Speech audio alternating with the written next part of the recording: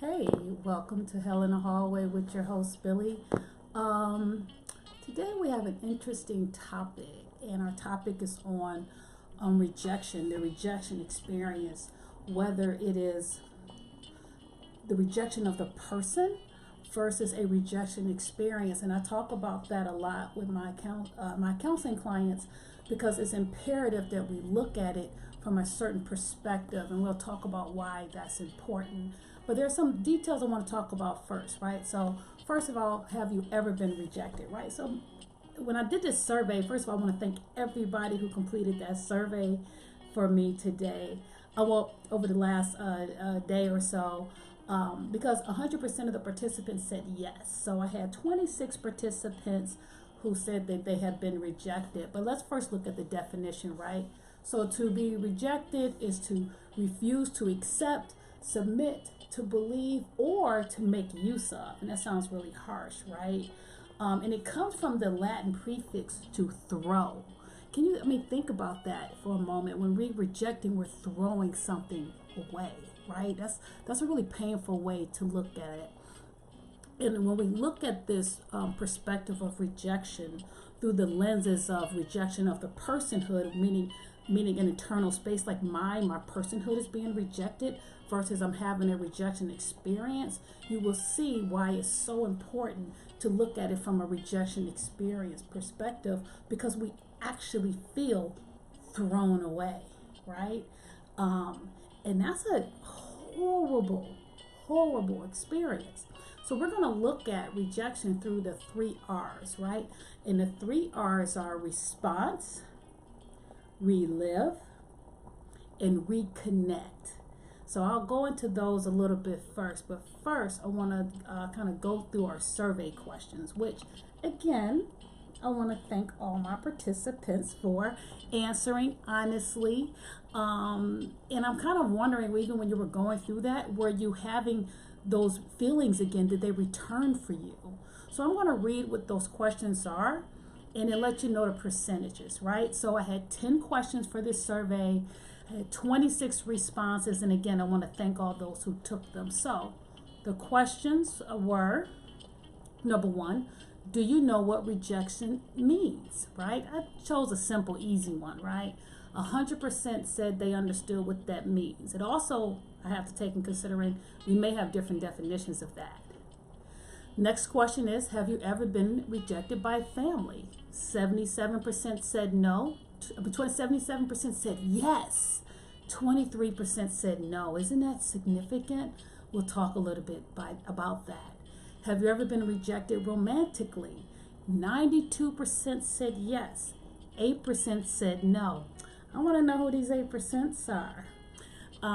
Have you ever been rejected by friends? 70% said yes. 30% said no. The other one was, have you ever been rejected by a job? 96% said yes, and 4% said no. Those are some lucky people, right? And then there was a question that reads, have you ever, let me get to it. Have you ever been rejected other than what was listed above? Because I can't list them all, right?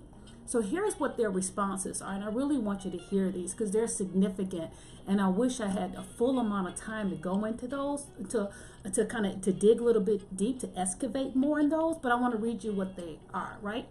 One person said, our children can make us feel rejected when they get older and push back against our best efforts and make us feel rejected.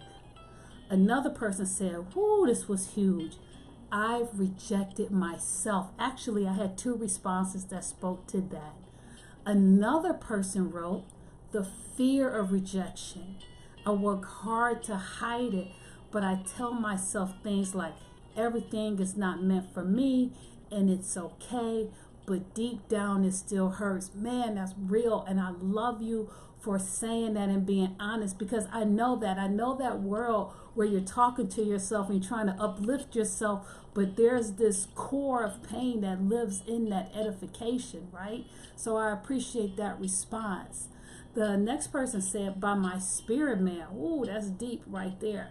That requires a whole podcast in itself, because that's significant to feel rejected by your spirit. Another person, a couple of people wrote church and religious leaders. That is huge damage when we get rejected by church and religious leaders. It can really impact our spiritual world, and that's something else to kind of process and excavate.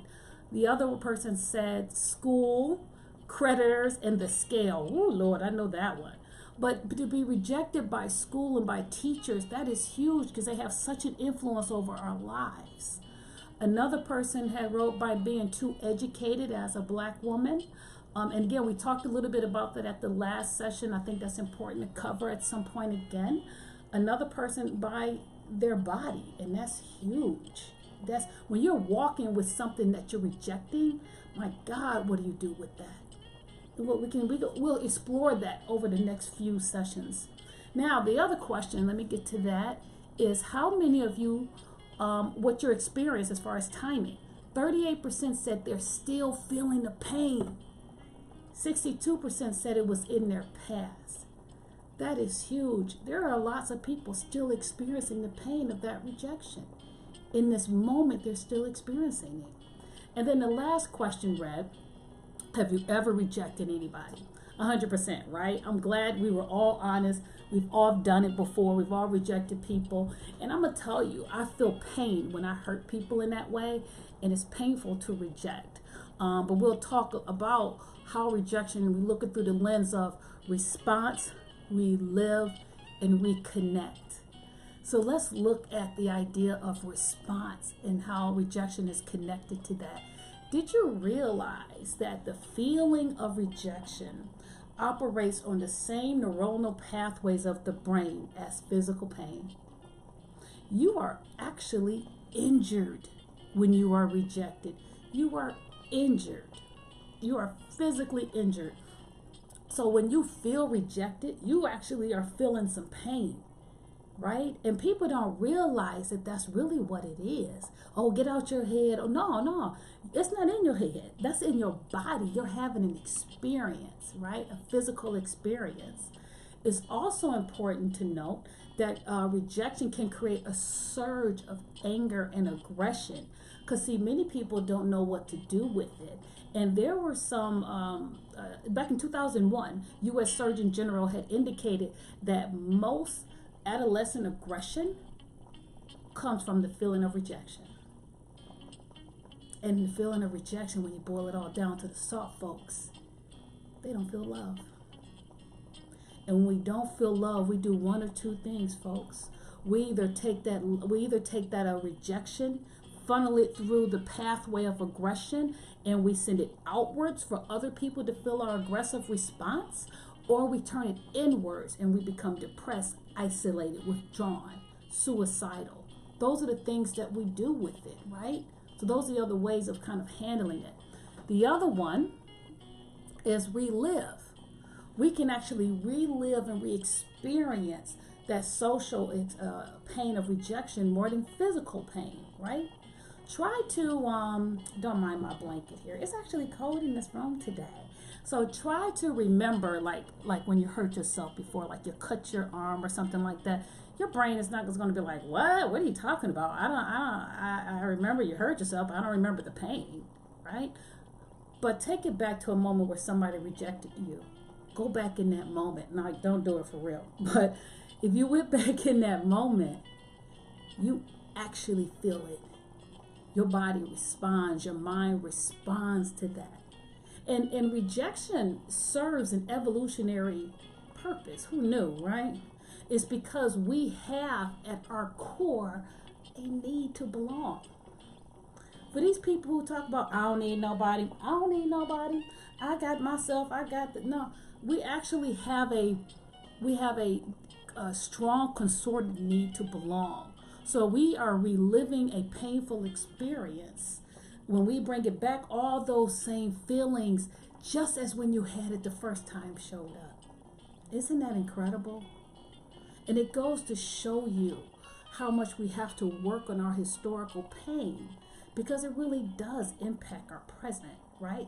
So we did response, that the brain is that the rejection operates on the same physical neuronal pathways. We did relive, that we relive the experience and we feel it just as much as we did before when it first happened. And now we're going to look at reconnect. So rejection stabilizes our need to belong. We all have this fundamental need to belong, to a group. We all want to belong. But when we get rejected, this need becomes destabilized, right? And this feeling of disconnection starts to sit in our space, in our soul, and we feel emotional pain. But I'm gonna tell you, what we tend to do is reinforce our painful moments, right? Instead of connecting to people who love us and who we know care about us in order to soothe our feelings of rejections, a lot of times we reinforce it by listening to things to drive us deeper down the rabbit hole of physical pain, right? How many of us pull up some of the most painful, saddest song when our heart is broken or when we feel rejected, right? Or we continually, that's all we talk about is the rejection, as opposed to other things that we can look at it from its perspective. Now, I'm not saying ignore it because I don't think that's healthy, but there's a way to manage it and funnel it and process it so it doesn't become the totality of who you are. See, we don't have to feel alone and disconnected after we're rejected by someone or an entity. We can connect to those who we know love us. But guess what? Most of us don't go to people and say, I'm feeling rejected. We don't. We say depressed, we say sad, we say anything else, but not many of us say rejected. I applaud people who are emotionally invulnerable and honest to be able to do that, or even be in touch with that experience in them, right? That's a painful experience to be in, because rejection means, in our world, it doesn't mean set apart, it means set aside. And none of us wants to feel set aside.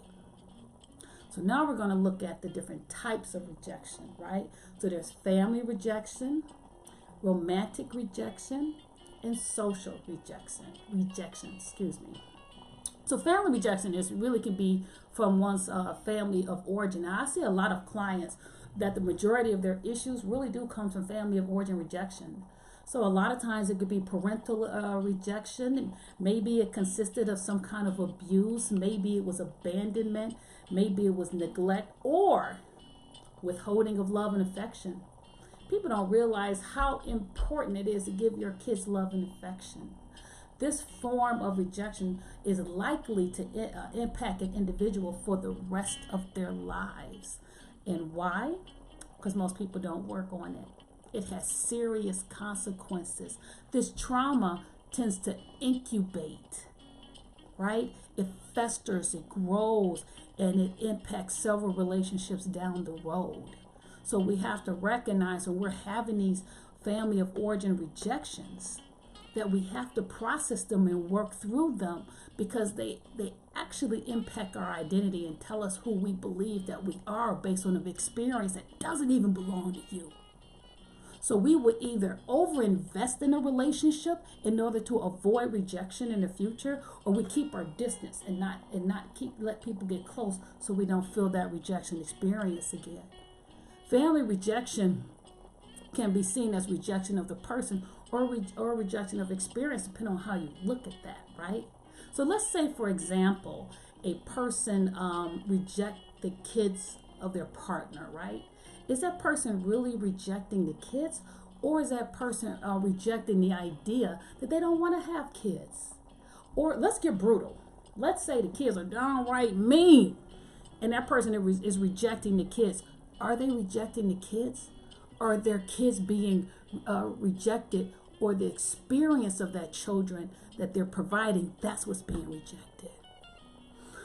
Other familiar rejections include maybe a parent didn't want more kids. Maybe they didn't want more girls. Maybe they didn't want more boys, or the child looked like the other parent that left. See, what we will tend to do, we'll say that, oh, I'm not a worthy person. I shouldn't be here.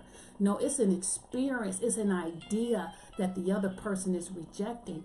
But it's hard for us to see it that way because we crave belongingness. We crave love. And so what we end up doing, we end up having a cataract of pain over our eyes, and that is the only way in which we're viewing the world. And so other people and our children become impacted by our historical perspective of rejection. We have to recognize that we need to process that stuff out, right? So that's familial rejection. And so next would be social rejection. This type of rejection can occur at any age, but most often happens in childhood. But, and we talk about bullying a lot, but what we don't talk about is bullying or alienation in adulthood. We don't talk about that because by then we're not supposed to care, but we do. See, those problems that are created in the childhood playground or childhood school are the same ones that happen in the adult workplace, where people there's a hierarchy, a social hierarchy that's created, and people are feeling rejected or left out or not connected, right? And when we don't feel connected, we experience physical pain. And when we experience that physical pain, our work suffers. Our work suffers. Our ability to relate to others suffer. And you want to know what really makes it worse? We start to view things through the lens, through that cataract of pain or that cataract of rejection that I talked about earlier. And then we will begin to see everything as rejection. And what's the problem with that? We see it where it doesn't exist. Because we are consistently seeking external validation from others. And we're not internally validating ourselves. We're not internally doing that because we haven't been taught how. And if we are brought up in the deficit of a person, it is hard to crawl out that hole by yourself. See, it's difficult. We want people to reach out all the time. But sometimes we need to reach in. We need to reach in and tell people who we believe they are, even when they didn't ask. Because you never know what people are experiencing, what they're walking around holding. They're holding that experience. And they will attempt to fill the void of not feeling love or feeling rejected through things that are outside of them, right? People do it with money. People do it with clothes, with cars, with statuses. We are always trying to fill our sense of belonging voids with something that never, ever fills it. We constantly feel the void because you know what? Only one thing can fill that, and that's love. That's it. Now, I'm not saying it has to be romantic love, but it is love. We do need that, right? The other thing is that we tend to repeat that experience. We can do that to other people. We do that a lot when we have relationship rejection, right? We get with somebody that we believe that they love us as much as we love them, or they like us as much as we like them, and they reject us, or they withhold affection, or they disconnect from us, won't provide intimacy, or treat the person as if they were just some casual acquaintance. They're not important. You know, when that type of romantic rejection occurs, it makes people feel insecure. It makes them feel unwanted and unlovable. See, we take an experience and we generalize it. We generalize a moment and make it the totality of our fullness of our personhood. And it's just not true. So, and see, here's the thing. That's easy to do because in that darkness, it's hard to come out by yourself. A lot of people don't look at their history of trauma and say, well, it was just that moment. No big deal. No. We tend to take it and it colors our entire experience because guess what? We're growing and we're developing as people. And so it's almost like a teratogen. It's a poison that enters our spirit through certain critical periods, turning us into something we had no plans on turning into, and we start normalizing that experience. See, our trauma becomes normal and familiar to us and almost like a friend. You just have the cataract of pain over your eyes and over your heart and over your spirit. See, when somebody reaches in and helps you sift that stuff out of there, you start to recognize, A, you can create your identity as you need, just like in that previous podcast I did, Right Book, Wrong Story. See, it's the story that you tell yourself about yourself that matters. Not just the facts of the stories. That has its place. But what truly matters is the story you tell yourself about that particular situation. So when we get rejected romantically or socially or by a family member, it depends on the story we tell ourselves. It's the narrative we create. So when we create a narrative that says, I am not a worthy person because these people did this to me, then we respond emotionally from that particular experience. Not that these people provided a rejection experience because of what was going on with them and I'm still a worthy person. No, that's not what we tend to do.